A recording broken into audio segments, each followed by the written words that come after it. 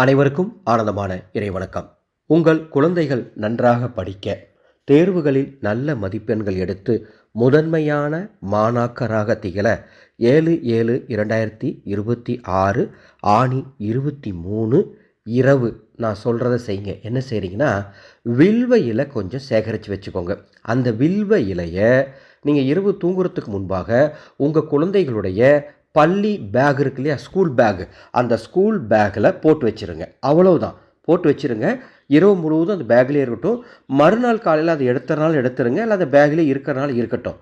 இது செய்கிறனால என்ன நடக்கும்னா, தேய்பிறை அஷ்டமி இரவு நமது பிள்ளைகளுடைய புத்தக பையில் இருக்கக்கூடிய வில்வ இலையானது பைரவருடைய அருளை பெற்றுத்தரும், ஈர்க்கும். அதனால் நம்ம குழந்தைங்க நல்லா படிப்பாங்க. ஆன்மீகங்கிறதே நம்பிக்கை சார்ந்தது தான். நம்பிக்கையோடு செய்யுங்க, நல்லது நடக்கும். இந்த சேனலை இது வரைக்கும் சப்ஸ்கிரைப் பண்ணலாம், சப்ஸ்கிரைப் பண்ணிக்கோங்க. ஒரு அறிவிப்பு, நம்ம பௌர்ணமி ஸ்பூரண ஹோம சங்கம் அப்படிங்கிற ஒரு சங்கம் உருவாக்கியிருக்கோம். அந்த சங்கத்தின் சார்பாக வருகின்ற 29/7/2026 108 இடம்புரி சங்குகளை வைத்து மகாலட்சுமி மங்கள ஹோமம் செய்ய போகிறோம். இந்த ஹோமத்தில் சங்கல்பம் செய்யக்கூடிய குடும்பத்திற்காக தனித்தனியே பேர் சொல்லி அர்ச்சனை செய்யப்பட்டு அந்த குடும்பத்தின் பிரார்த்தனையை யாகத்தில் சமர்ப்பணம் செய்து அந்த பிரார்த்தனை விரைவாக நடந்தேற இடம்புரி சங்கு பிரசாதம் அனுப்பி வைக்கப்படும். அதை எப்படி பயன்படுத்தணும்னு தனியாக சொல்லித்தரப்படும். இந்த சங்கத்துக்குன்னு தனியாக ஒரு வாட்ஸ்அப் குரூப் இருக்குது.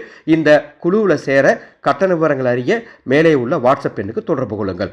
ஆனந்த மலரட்டும், ஆனந்த ஒளி பரவட்டும்.